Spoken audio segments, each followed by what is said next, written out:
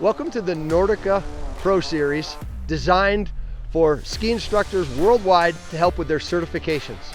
I'm here with my teammate Troy Walsh and Pacific Northwest examiner Megan Jones, and our goal through these series of videos is to help you pass your level 1, 2, or 3 skiing certification.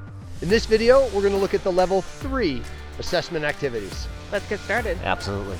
Now we're going to look at level 3 assessment activity, one-skied skiing. Bunch of things are important that we can check by seeing if you can ski on one ski.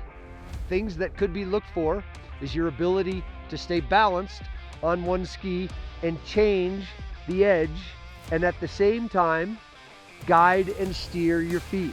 You could do this in a carved turn, it's pretty easy, or harder still is asking for that turn to get steered and guided. You got to have a good strong upper body, you got to have good pole usage, and you got to have good command over your edges of your skis so that you can steer your skis in round turns. Again, level 3 assessment activity, one-skied skiing.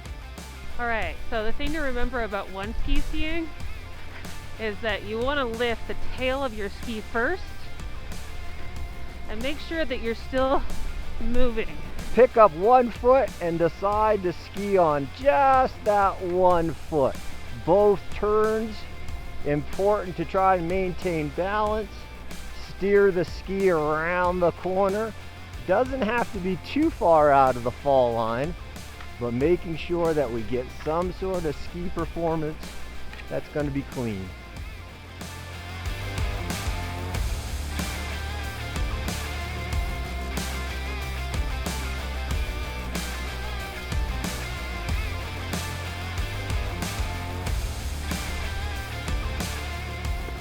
Troy one-ski skiing.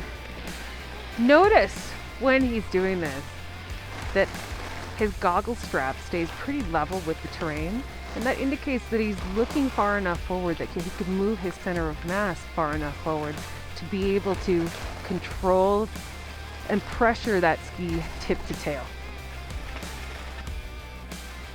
Anytime you do a task that requires lifting one ski, it can be daunting. Make sure that you lift the tail of the ski first to maintain shin pressure, and look ahead, look where you're going, so that your center of mass can continue to move forward. This is a pretty difficult task to be able to work through. Important to just make sure that you're going to ski both feet, but with one foot in the air. And that's all right. Have a little pole drag every once in a while. Just keep your balance. You know, it is commonly said that this turn is pretty good, but this turn I really struggle with. Well, the reason that you struggle with this little toe side turn is because you're not quite ready to commit and be connected between your ankle and your whole body to be able to steer that ski. You overdo it and you move your center of mass too far to the inside, which means that you fall over. So it's common that goes, oh, I'm pretty good on my big toe side, but I'm not so good on my little toe side. Well, the reason is because you don't have control of your center of mass and the rest of your body connected up through the kinetic chain to be able to keep connected to that foot and be able to steer it. Some people will get a little bit of an up to get the ski light to release the edge. Some people will move across, but it's that ability and your control of your center of mass that then allows you to shape that turn round if you have good control of what you're doing, or you release the edge, you give it a pivot, and that foot comes underneath you, and then you're okay once the turn has happened. So it's the beginning of that turn and making sure that you control how you release that edge. Look, gang, it's right here. It's this edge. Getting rid of this. If you don't release it, you don't ever turn. It never happens. You'll never go anywhere. That's one option. The other option is you say, screw it, I'm gonna go, and you commit yourself, but you go so fast, so much that you go beyond it and you fall over. That's not control of you either. When you get it right, you have control over you connected through the kinetic chain to your ski, and you can make that turn no problem. That's the reason why you can't ski on one ski. Go practice and go work on it. Hop turns. It's an athletic, dynamic assessment activity. It takes some effort. The goal is to be able to be successful is to be able to flex and extend enough, explosively enough so you can get off the ground. You need a good blocking pole plant to help stabilize the upper body. Use the legs to get off the ground so you can pivot your skis in the other directions just by using your legs. Also, we got to land on edge skis and take off from edge skis. Hop turns. They're difficult, they're hard, but they're worth the effort and the work on them.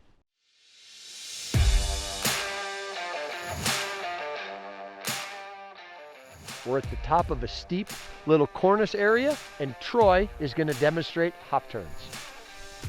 Jump!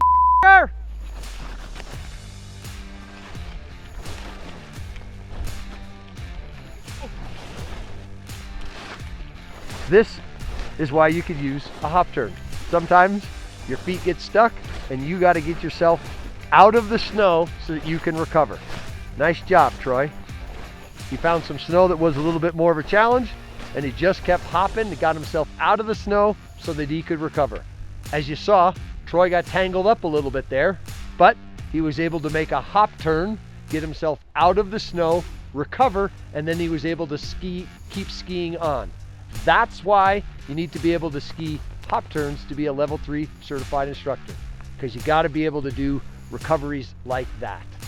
You got to hop to get the skis off the ground so that you can pivot them, your legs and your skis, not your upper body, across the hill as much as needed to keep your speed down and control your descent down the hill.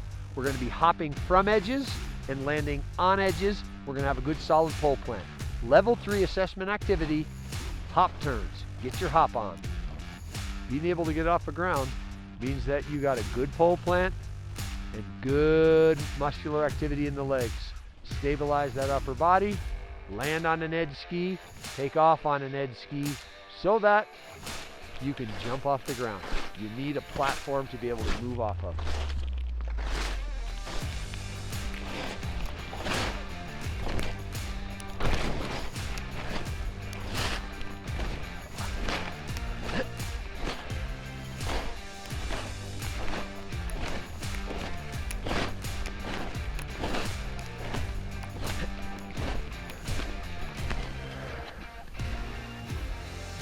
In this level 3 assessment, pivot slips into dynamic short radius turns, back to pivot slips, and repeat. We're looking for you to highlight your ability to separate the upper and lower body, what the legs are doing, and be able to change that duration, intensity, rate, and timing so that you can make a dynamic turn and then detune it and make a pivoty side slip where you're actually flattening the skis at the same time. All right, we're gonna go short, short, short, short, short, short, and pivot slip, pivot slip, pivot slip, pivot slip, and short, short, short, short, pivot slip, pivot slip, pivot slip. You can see when you're watching Michael, the zippers are coming straight down the hill. And that's what you want to see. You want to see good separation of what the legs are doing compared to the upper body. The idea in this assessment activity is, can you vary and change how you do things? Here's a quick twisting pivot, and then we get right back into moving and arcing your skis. Can you go from arcing your skis to a quick twist and pivot again? Very different integration and application of our fundamentals so that you can do both short turns and then into pivot side slips.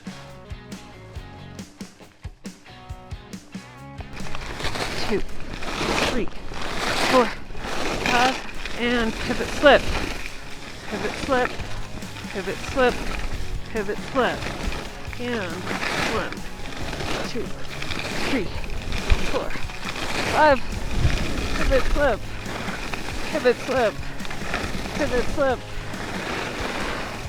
and 2, 3, 4, 5, pivot slip, pivot slip, pivot slip, pivot slip. You know, that pivot side slip, short radius turn, pivot side slip, it's kind of interesting because You know, you think that it does nothing and it's kind of hokey, but then you start doing them and you realize how very different, if you get it right, how very different the pivots are compared to the short swings. Absolutely, absolutely. There's a lot of things changing from going from one to the next, back to the other. So it's a head scratcher at times for sure. And I feel like if you get it right, there's a noticeable difference. If it feels like or it looks like you're doing the same turns, just a different kind of, they all kind of blend it all kind of blends in together, chances are you pooched it. That's a good point, because if you it has to be two distinct things, right? There has to be a short radius turn and there has to be a pivot slip. It can't be all of one and then all of another. You got to show some diversity in that. And the things that stay the same are tipping of the legs, turning of the legs, standing on one foot more than the other, that type of stuff. Yeah. And the things that are different, the duration, intensity, and rate, timing of those movements. Yeah. Yeah, they're all short turns. They're two different types of short turns. They both have some type of pole activity. They both have put an importance on upper lower body separation and stabilization so you can turn your legs. They both have the ability to tip the ski, like you said, but it's just where you do it in the turn that's a little different. Yep, absolutely. Yep. It's a good task. It's a hard one. It's a difficult one to understand, but it's a good one. Go and practice it. Now we're going to take a look at basic parallel short turns ungroomed level 3 assessment activity. Have a plan? Here we go. Here's the important part. Can we just keep the skis on the snow and shaping turns? Can we use the appropriate blend of skills for the task so that we can make a basic parallel turn? Having the ability to do so says that you've got control of your movements. Being able to turn the feet in a short radius at a basic parallel intensity means that you can keep the skis on the snow, which means that you got a good blend of your pressure management, pressure control skills, and the ability to steer your skis throughout the arc, along with a good pole plant to stabilize the upper body to help facilitate all of that. Setting ourselves up, typically trying to move down the hill as we're going through here. Anytime I make a turn, there's a part of that I'm always trying to go down the hill, not holding on too much.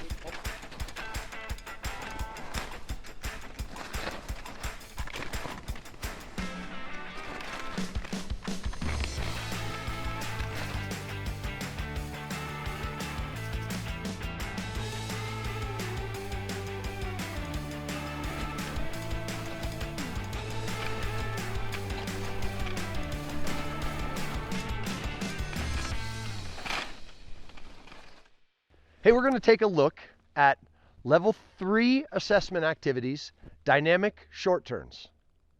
When you watch Troy ski, notice how his femurs are so active. It's almost like they are barbershop poles and just twisting one way and the other. The zipper on his jacket moves directly downhill and toward the camera. When you look at dynamic short turns, I mean, what you really like about Troy here is how the ski isn't pivoted past the fall line, but the ski works into the fall line and out of the fall line. The snow spray is off to the side and not down the hill. This is a good steep run up there, and it's really hard to just keep that ski on the snow and keep the ski working in the fall line. Notice Megan and her pole plant. She doesn't miss one. Every pole plant is ready. You can see that by her hands getting a little bit of movement, but that's from the pole plant that helps stabilize her upper body, because in this task, this assessment activity, a stable upper body is really critical so that you have something solid and stable to turn your legs against. That helps the ski work into the fall line and create some dynamics. That's really good. You know, I think that at level 3, this activity, this dynamic short turn activity is kind of it's almost the root of a level 3 existence. I mean, if you can make a good short turn, you can do a lot of good things probably. There are probably a lot of good things happening. Yeah. Most good skiers make good short turns. Most good skiers make good short turns. What is it about this particular activity, short turns, that's either like or you pay attention to or is important to you?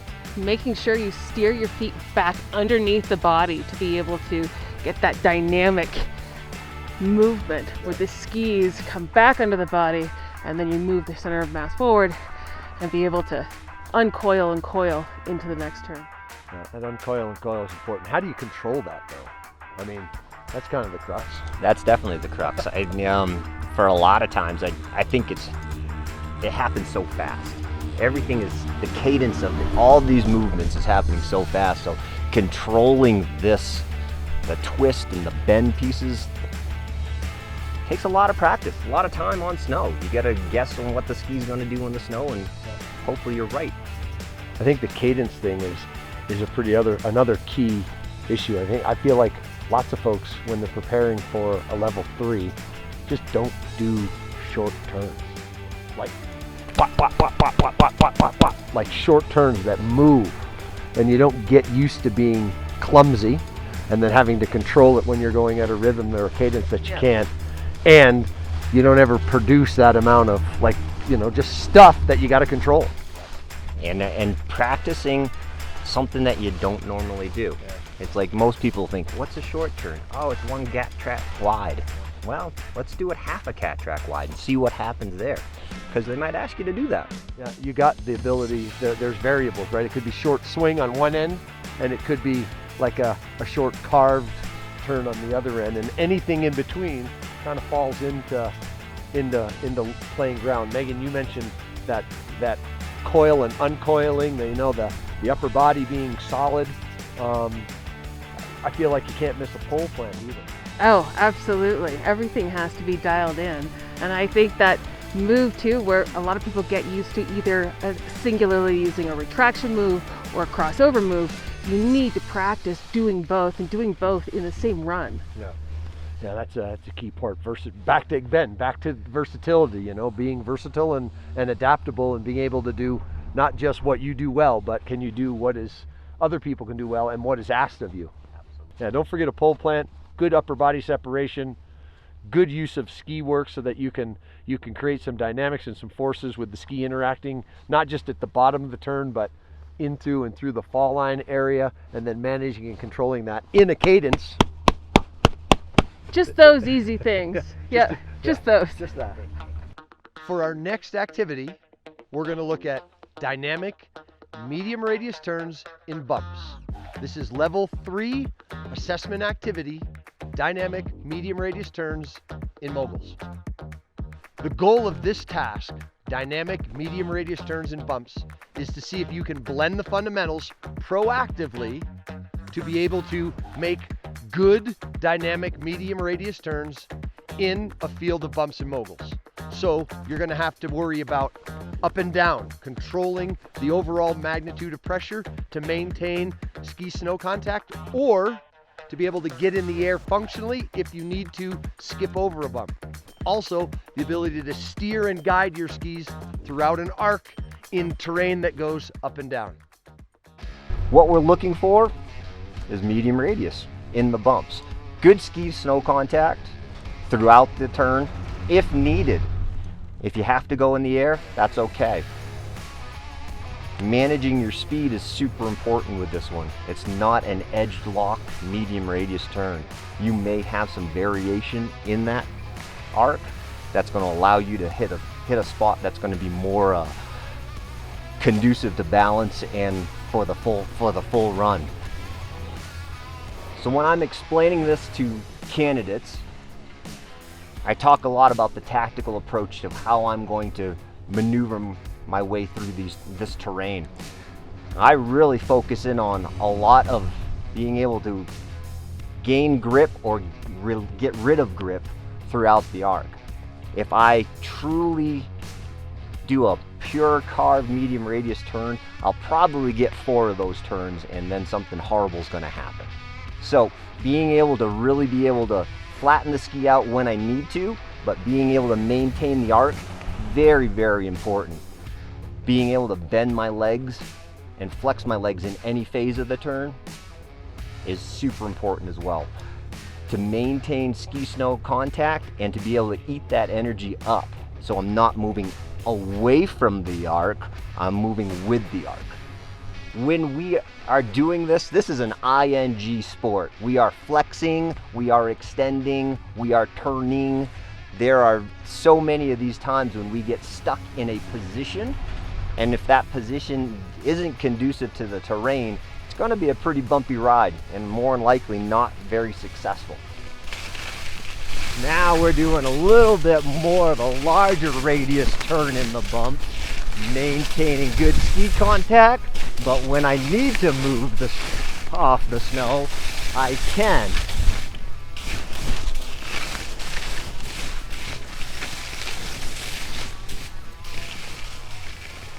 Okay, here we go. Medium turn. We're going to try and keep the center of mass moving ahead of the body. And we're going to try to manage the pressure through here while keeping a good degree of upper and lower body separation. All right, medium turns in the bumps. What a great way to work through how you're looking at the terrain, keeping the skis on the snow, maybe allowing yourself to get going a little bit.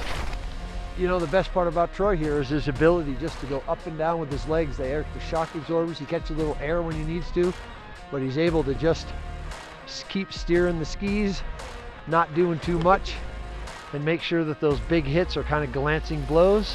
And he's patient enough to make the turn happen and not in a rush, because then he suddenly slows down and hits a bump, and that can end in catastrophe.